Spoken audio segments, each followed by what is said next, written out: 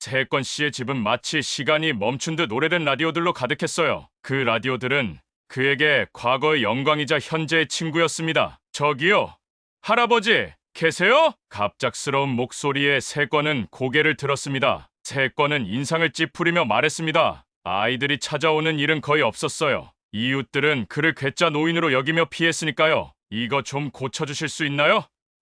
동생 준서가 정말 아끼는 건데 갑자기 소리가 안 나서요. 세권은 마지못해 라디오를 받아들었습니다. 갑자기 라디오에서 희미한 소리가 흘러나왔습니다. 잡음 속에서 어린아이의 목소리가 들려왔어요. 도와주세요. 여긴 어두워요. 나가고 싶어요. 다음 날 오후 윤서가 약속대로 찾아왔어요. 세권은 아이를 안치고 차분히 물었습니다. 윤서야, 내 동생 준서는 어디 있니? 윤서의 표정이 일그러졌어요. 그녀의 눈에 눈물이 고였죠. 준서는 2달 전에 없어졌어요. 학교 끝나고 집에 오는 길에 세권의 심장이 빠르게 뛰기 시작했습니다. 라디오 속 아이의 목소리는 준서의 목소리가 맞을까요? 그리고 세권 씨의 숨겨진 정체는 무엇일까요? 잠깐 구독과 좋아요 먼저 꼭 눌러주세요. 구독과 좋아요는 사랑입니다. 한세권 씨는 창문으로 비치는 햇살에 눈을 떴습니다. 70이 넘은 나이에도 여전히 아침 5시면 자동으로 눈이 떠지는 군인의 습관이 남아있었죠. 지금은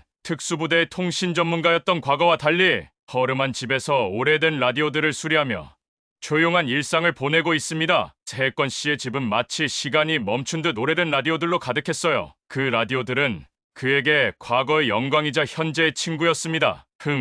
이놈은 콘덴서가 문제군. 세권은 작업대 위에 올려진 오래된 진공관 라디오의 내부를 들여다보며 중얼거렸어요. 손가락은 여전히 섬세했고 귀는 미세한 소리도 놓치지 않았습니다. 그의 세상은 이 작은 방 안에서만 돌아가고 있었죠. 저기요, 할아버지, 계세요? 갑작스러운 목소리에 세권은 고개를 들었습니다. 문틈으로 10살쯤 되어 보이는 소녀가 머리를 내밀고 있었어요. 반짝이는 눈동자가 호기심 가득한 표정으로 방 안을 살폈죠. 뭐 하는 거야? 문 좀 그만 두드리고 들어오지 않을래? 세권은 인상을 찌푸리며 말했습니다. 아이들이 찾아오는 일은 거의 없었어요. 이웃들은 그를 괴짜 노인으로 여기며 피했으니까요. 죄송해요. 제 이름은 윤서예요. 옆집에 이사 왔어요. 할아버지가 라디오 고치는 분이라고 해서요. 소녀는 조심스럽게 안으로 들어오며 손에 들고 있던 낡은 라디오를 내밀었습니다. 군청색 플라스틱 케이스에 몇 군데 금이 간 오래된 모델이었어요. 이거 좀 고쳐주실 수 있나요?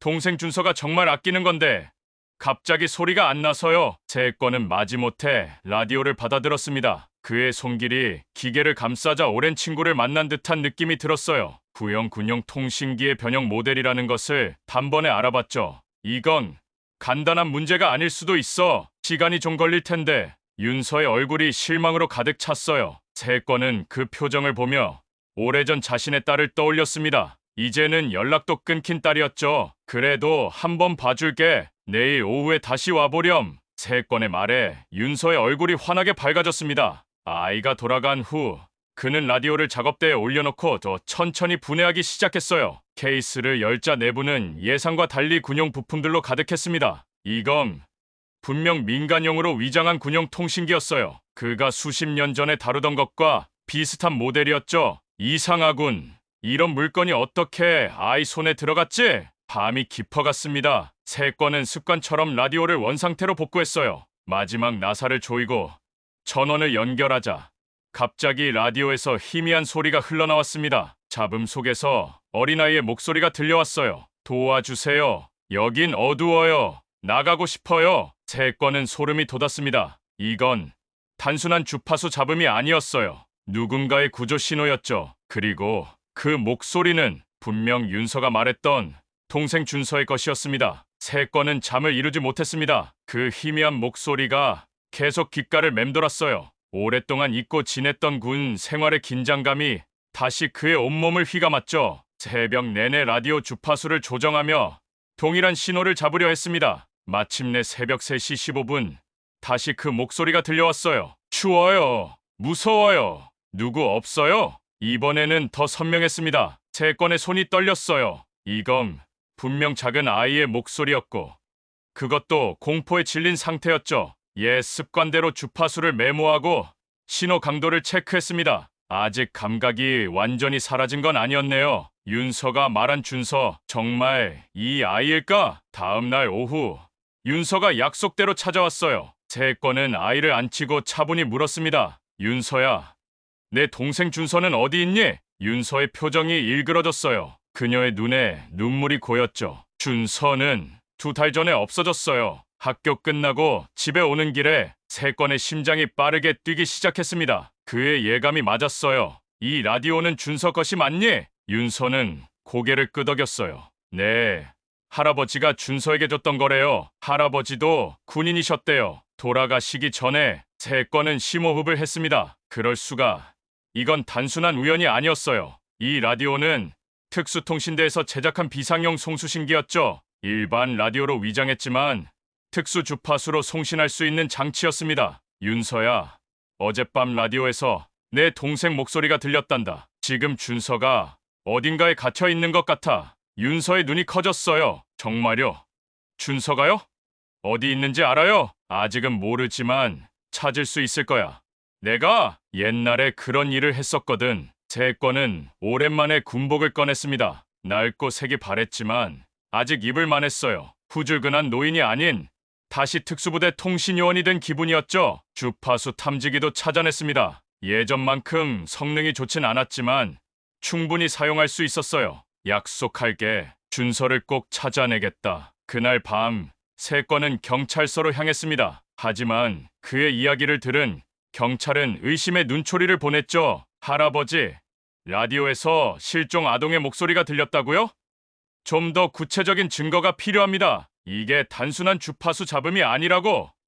누군가 준서를 가두고 있어! 세건의 목소리가 높아졌지만 아무도 귀 기울이지 않았어요. 술에 취한 노인의 헛소리로만 여겼죠. 허탈한 마음으로 집으로 돌아오는 길, 세건은 결심했습니다. 내가 직접 준서를 찾아내야겠군. 집에 돌아온 세건은 오래된 상자를 열었어요. 그 안에는 군 시절 연락처가 빼곡히 적힌 수첩이 있었습니다. 손가락으로 페이지를 넘기다 한 번호에서 멈췄어요. 민구 신호탐지. 30년도 더 된 번호였지만 아직도 연결될까요? 여보세요? 놀랍게도 전화가 연결됐습니다. 익숙한 목소리가 흘러나왔어요. 민구야, 나 세건이다. 도움이 필요해. 이틀 후 세건과 민구는 만났습니다. 민구는 이제 흰머리가 많아졌지만 여전히 날카로운 눈빛을 가지고 있었어요. 그는 세건이 녹음해둔 신호를, 그리고 라디오를 자세히 살펴보았죠. 틀림없어. 이건 우리가 쓰던 암호화 주파수야. 그것도 특수작전용 대역이지. 민구는 확신에 찬 목소리로 말했습니다. 세건의 심장이 쿵쾅거렸어요. 이제 확신이 생겼습니다. 준서는 누군가에 의해 납치되었고 우연히 손에 넣은 특수통신기로 도움을 요청하고 있었던 거예요. 그리고 그 신호를 받은 사람은 세상에 세건 단 한 명뿐이었죠. 세건과 민구는 경찰서를 두드렸지만 돌아온 건 비웃음뿐이었습니다. 라디오에서 실종 아동의 목소리가 들렸다고요.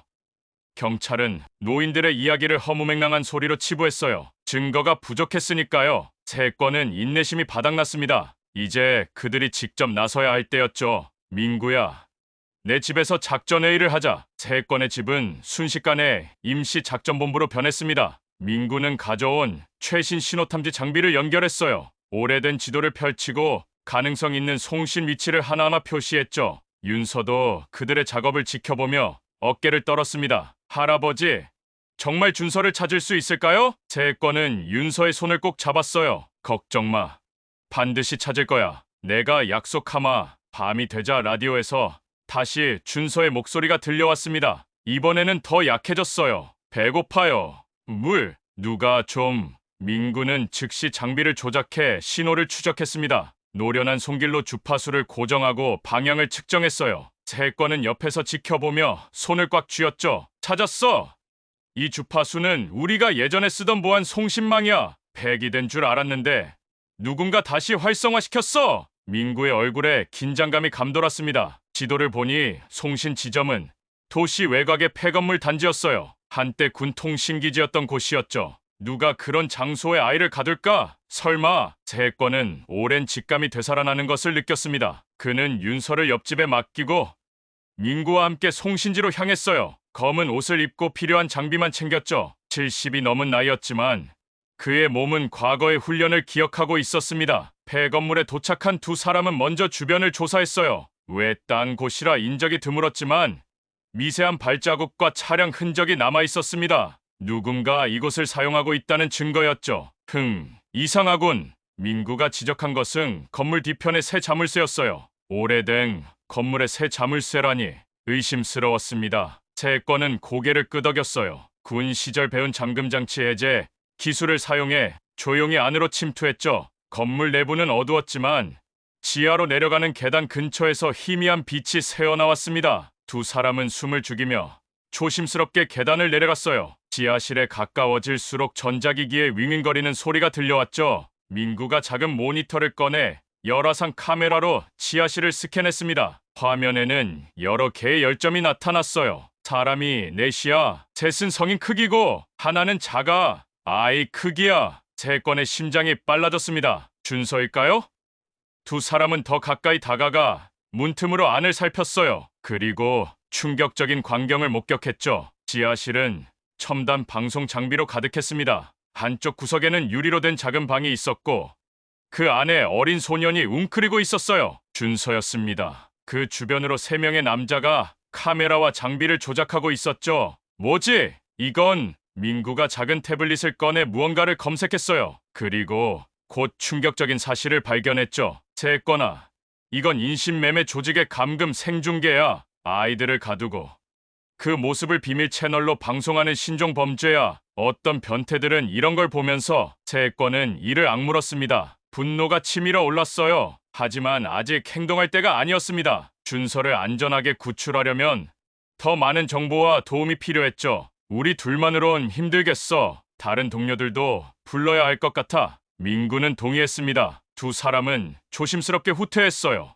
이제 본격적인 구조 작전을 준비할 시간이었죠. 채권은 마음속으로 준서에게 약속했습니다. 조금만 더 참아라. 곧 구하러 갈게. 채권과 민구는 작전을 위해 옛 동료들을 불러 모았습니다. 특수부대 시절 함께 임무를 수행했던 이들은 이제 모두 평범한 노인이 되어 있었어요. 통신교란 전문가 정호는 지금 아파트 주차관리원으로, 해킹과 침투 전문가 대식은 작은 전파 상점을 운영하고 있었죠. 마지막으로 연락을 취한 영철은 택배기사로 일하고 있었습니다. 영철아, 나 세권이네. 옛 동료의 부탁 좀 들어줄 수 있겠나? 전화기 너머로 잠시 침묵이 흐른 뒤 영철의 목소리가 들려왔어요. 세권이, 몇 년 만이야? 무슨 일이야? 말하기 복잡한데 한 아이의 생명이 위험해. 우리의 기술이 필요해. 모두가 세권의 집에 모였습니다. 70이 넘은 4명의 노인들. 하지만 그들의 눈빛만은 예전 그대로였어요. 민구가 상황을 설명하자 모두의 표정이 굳어졌죠. 인신매매라고? 이런 빌어먹을. 대식이 이를 갈며 말했습니다. 그는 이미 노트북을 펼쳐 무언가를 검색하고 있었어요. 내가 찾아봤어. 최근 들어 이런 감금 생중계가 암시장에서 유행하고 있대. 돈 많은 변태들이 비싼 돈을 주고 본다는군. 정호가 맵을 펼쳤습니다. 채권과 민구가 조사한 폐건물 구조를 자세히 그려넣었어요. 지하로 통하는 입구는 2개, 주 계단과 비상구야. 전력은 독립 발전기를 쓰는 것 같아. 외부에서 차단하기 어려울 거야. 네 사람은 밤새 작전을 계획했습니다. 각자의 전문 분야를 살려 역할을 나누었어요. 채권은 통신 차단을, 민구는 신호 교란을, 대식은 보안 시스템 해제를, 그리고 영철은 침투와 제압을 담당하기로 했죠. 마치 30년 전으로 돌아간 것 같았습니다. 이런 기분, 오랜만이군. 영철이 쓴웃음을 지었어요. 모두가 공감했습니다. 나이는 들었지만 그들의 기술과 정신은 여전했죠. 작전 전날 밤, 세권은 라디오를 통해 마지막으로 준서의 목소리를 들었습니다. 여긴 너무 무서워요. 배고파요. 엄마! 윤서는 눈물을 흘리며 라디오 앞에 앉아 있었어요. 세권은 아이의 어깨를 토닥였습니다. 내일이면 준서를 데려올게. 약속하마. 작전 당일 4명의 노인들은 검은 옷을 입고 모였습니다. 그들의 장비는 오래되었지만 여전히 효과적이었어요. 민구의 신호 교란기, 세권의 통신 탐지기, 대식의 해킹 장비, 영철의 잠금 장치 해제 도구까지 모두 완벽했죠. 자, 이제 시작하자. 달빛이 희미한 밤, 그들은 폐건물로 접근했습니다. 영철이 앞장서서 주변을 확인했어요. 3명의 경비가 건물을 순찰하고 있었죠. 옛 특수부대의 기술을 발휘할 때였습니다. 정오, 신호 교란 시작해 정오가 장비를 작동시켰어요. 순간 건물 주변의 모든 통신이 마비되었습니다. 경비들의 무전기에서 잡음만 들렸죠. 그 틈을 타 영철과 대식이 빠르게 움직였습니다. 나이가 무색하게 정확한 동작으로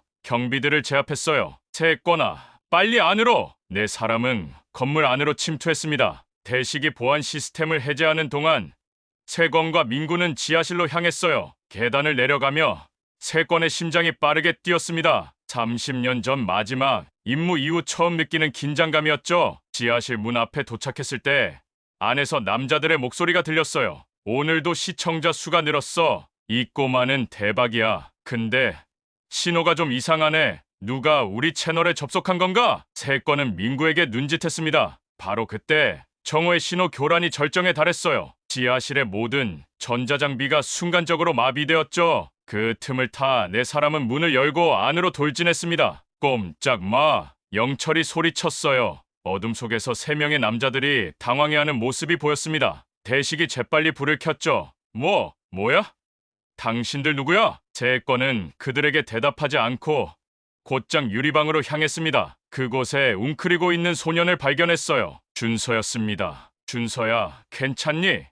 윤서 누나가 우리를 보냈어. 소년의 눈에 희망의 빛이 돌아왔습니다. 제건은 소년을 안고 밖으로 나왔어요. 그 사이 영철과 대식은 범인들을 결박해 놓았죠. 이 자식들, 경찰에 넘기자. 폐건물 지하에서 준서를 구출한 4명의 노인들은 신속하게 철수했습니다. 아이를 안전하게 안고 건물을 빠져나온 세건은 차분한 목소리로 명령했죠. 경찰에 신고부터 하자. 이 녀석들이 도망치기 전에 민구가 전화를 걸었고 곧 경찰 사이렌 소리가 들려왔습니다. 세건은 준서를 품에 안은 채 차분히 기다렸어요. 소녀는 탈진한 상태였지만 안도의 눈물을 흘리고 있었죠. 할아버지, 고마워요. 제 목소리를 들어주셔서. 세건은 아이의 머리를 쓰다듬었습니다. 그의 두 눈에도 눈물이 고였어요. 마치 30년 전 첫 작전에서 인지를 구출했던 그 느낌이 되살아났죠. 경찰들이 도착하자 상황을 설명했습니다. 처음에는 믿지 않던 경찰들도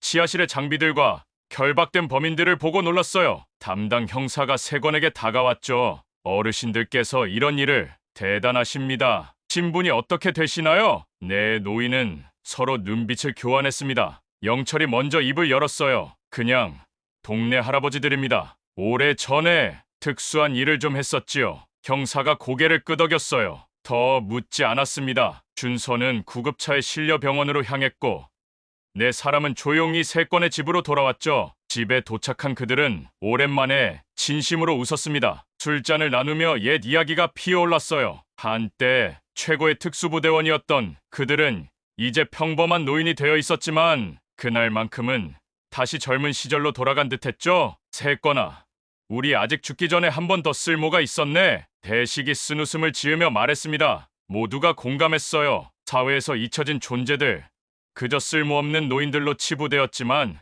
그들의 기술과 경험은 여전히 가치가 있었죠. 오늘 우리가 구한 건 한 명의 아이지만 이런 범죄가 더 있을 거야. 정호가 심각한 표정으로 말했습니다. 세건은 고개를 끄덕였어요. 조사해보니 이런 감금 생중계가 최근 늘어나고 있대. 돈 많은 변태들이 아이들이 감금된 모습을 보며 즐긴다니 말도 안 되는 일이지. 민구가 분노에 찬 목소리로 말했습니다. 방 안에 침묵이 흘렀어요. 모두가 같은 생각을 하고 있었죠. 우리가 계속 이런 일을 할 수 있을까? 영철이 조심스럽게 물었습니다. 세건은 창밖을 바라보며 깊은 생각에 잠겼어요. 그리고 천천히 고개를 끄덕였죠. 왜 못하겠어? 우리는 아직 살아있고 기술도 있잖아. 사회가 우리를 늙은이라고 무시해도 우리 자신은 알아. 우리가 할 수 있는 일이 아직 있다는 걸. 다음 날 아침 세건은 병원을 찾았습니다. 준서는 침대에 누워 있었고 윤서와 그들의 부모님이 곁을 지키고 있었어요. 그들은 세건을 보자 눈물을 글썽이며 다가왔죠. 세건, 할아버지, 어떻게 감사드려야 할지. 세건은 손을 저었습니다. 말없이 준서에게 다가가 머리를 쓰다듬었어요. 소녀는 미소를 지으며 그의 손을 잡았죠. 할아버지, 제가 송신기로 계속 신호를 보냈어요. 할아버지가 군인이셨다는 걸 우리 할아버지한테 들었거든요. 누군가 들을 거라고 믿었어요. 세건은 놀랐습니다. 준서의 할아버지가 누구였을까요? 설마 내 할아버지 이름이 뭐니? 김영수요. 통신대에 계셨대요. 세권의 가슴이 뜨거워졌습니다. 영수는 그의 옛 동료였어요. 10년 전에 세상을 떠났지만 손자에게 특수 송신기와 그에 대한 이야기를 남겼던 겁니다. 우연이 아니었던 거죠. 그래, 너희 할아버지와 난 같이 일했단다. 좋은 사람이었지. 준서의 눈이 빛났습니다. 세권은 소년의 손을 꼭 쥐었어요. 마치 새로운 임무를 받아들이는 것처럼 마음이 단단해졌죠. 준서야, 이제 걱정 마. 할아버지가 지켜줄게. 병원을 나서는 길, 세권의 전화가 울렸습니다. 민구였어요. 세권아, 우리가 뭔가 더 찾아냈어. 빨리 와봐. 6장 구조 작전. 세권은 민구의 집으로 향했습니다. 그곳에는 다른 동료들도 모여 있었어요. 민구의 작은 아파트가 임시 작전본부로 변해 있었죠. 컴퓨터 화면들과 지도, 그리고 수많은 서류가 벽에 붙어 있었습니다. 뭐야? 이게 다 뭐지? 세권이 놀라서 물었어요. 대식이 컴퓨터 앞에서 고개를 들었습니다. 우리가 준서를 구하면서 압수한 노트북을 분석했어. 그런데 이게 단순한 범죄가 아니야. 조직적이고 체계적인 인신매매 네트워크였던 거지. 정호가 지도를 가리키며 설명했어요. 붉은 점들이 여러 곳에 찍혀 있었죠. 이 지점들이 의심 장소야. 우리가 찾은 데이터에 따르면 적어도 5곳에서 더 이런 감금 생중계가 진행되고 있을 가능성이 커. 세권은 침묵했습니다. 그들이 하려는 일의 규모가 커지고 있었어요. 4명의 노인들이 감당할 수 있을까? 하지만 이대로 두고 볼 수는 없었죠. 경찰에 이 정보를 넘기면 안 될까? 영철이 물었습니다. 민구는 고개를 저었어요. 이미 시도했어. 하지만 그들은 우리 말을 반신반의하고 있어. 게다가 이 조직은 경찰 내부에도 첩자가 있는 것 같아. 우리가 준서를 구하자마자 다른 장소들에서 활동이 갑자기 중단됐거든. 잠시 침묵이 흘렀습니다. 세권은 깊은 생각에 잠겼어요. 그리고 결단을 내렸죠. 우리가 직접 해결하자. 하나씩. 모두의 눈빛이 반짝였습니다. 나이는 들었지만 그들의 정신은 여전히 특수부대원 그대로였어요. 첫 번째 목표는 여기다. 민구가 지도의 한 지점을 가리켰습니다. 도시 외곽의 또 다른 폐건물이었어요. 신호 활동이 가장 활발한 곳이야. 준비해. 오늘 밤에 출동한다. 해질녘. 내 노인은 다시 한번 작전복을 입었습니다. 이번에는 더 철저하게 준비했어요. 대식이 준비한 최신 통신 장비, 정호의 교란기, 영철의 잠입 도구까지. 세권은 라디오를 켜고 주파수를 맞췄죠. 여기도 신호가 잡혀. 누군가 도움을 요청하고 있어. 작은 소녀의 목소리가 들려왔습니다. 누구 없어요. 무서워요. 세권의 눈에 결연한 빛이 돌았어요. 그들은 출동했습니다. 이번 작전은 더 복잡했습니다. 건물 주변에 경비가 2배로 늘어 있었어요. 하지만 내 노인의 기술은 여전했죠. 정오의 신호 교란으로 통신을 마비시키고 영철의 침투 기술로 경비를 무력화했습니다. 대식은 해킹으로 감시 카메라를 속였고 세권은 정확한 위치 파악으로 목표물을 찾아냈어요. 지하실로 들어가자 충격적인 광경이 펼쳐졌습니다. 여러 개의 유리방이 있었고 각각의 아이들이 갇혀 있었어요. 5명의 아이들 모두 공포에 질려 있었죠. 이런 망할 놈들. 영철이 이를 갈았습니다. 내 노인은 신속하게 범인들을 제압하고 아이들을 구출했어요. 이번에는 증거도 확실하게 확보했죠. 대식이 모든 데이터를 복사했고 정호는 현장을 사진으로 남겼습니다. 경찰이 도착했을 때 그들은 부인할 수 없는 증거와 함께 범인들을 넘겼어요. 이번에는 경찰도 그들을 다르게 봤습니다. 어르신들, 대단하십니다. 특별한 이력이 있으신 것 같은데요. 담당 경위가 물었어요. 세권은 미소를 지었습니다. 그냥 오래된 기술을 가진 늙은이들일 뿐이요. 쓸모가 있어서 다행이군. 다음 날 뉴스에는 대규모 인신매매 조직 검거 소식이 보도됐습니다. 물론 내 노인의 활약은 언급되지 않았어요. 그들은 그림자 속에 머물기를 원했으니까요. 세권의 집. 그는 준서와 윤서 그리고 구출된 다른 아이들이 회복되는 소식을 듣고 있었습니다. 민구가 웃으며 말했어요. 우리가 한 일이 헛되지 않았군. 세권은 창밖을 바라보았습니다. 바깥에는 다시 평범한 일상이 흘러가고 있었어요. 사람들은 이런 일이 있었는지도 모르고 노인들을 그저 쓸모없는 존재로 여기며 지나갔죠. 우리에게도 아직 할 일이 있었어. 그리고 앞으로도 있을 거야. 그날 밤 세권은 자신의 작업실에서 오래된 라디오들을 하나씩 정리했습니다. 먼지 쌓인 기계들, 버려진 물건들. 하지만 그의 손길에 닿자 다시 생명을 얻는 것 같았어요. 이 고물들도 다시 누군가를 살릴 수 있구먼. 세권은 중얼거렸습니다. 그의 눈에 결연한 빛이 돌았어요. 이제 그는 단순한 노인이 아니었죠. 다시 한번 사명을 찾은 특수부대원이었습니다. 그리고 그와 함께하는 동료들도 마찬가지였어요. 마지막으로 준서의 라디오를 손에 들었습니다. 이 작은 기계가 아이의 목숨을 구했죠. 세권은 미소 지었어요. 낡은 기계도 늙은 사람도 누군가에겐 마지막 희망일 수 있지. 창밖으로 새벽이 밝아오고 있었습니다. 새로운 하루, 그리고 새로운 사명이 시작되는 아침이었어요.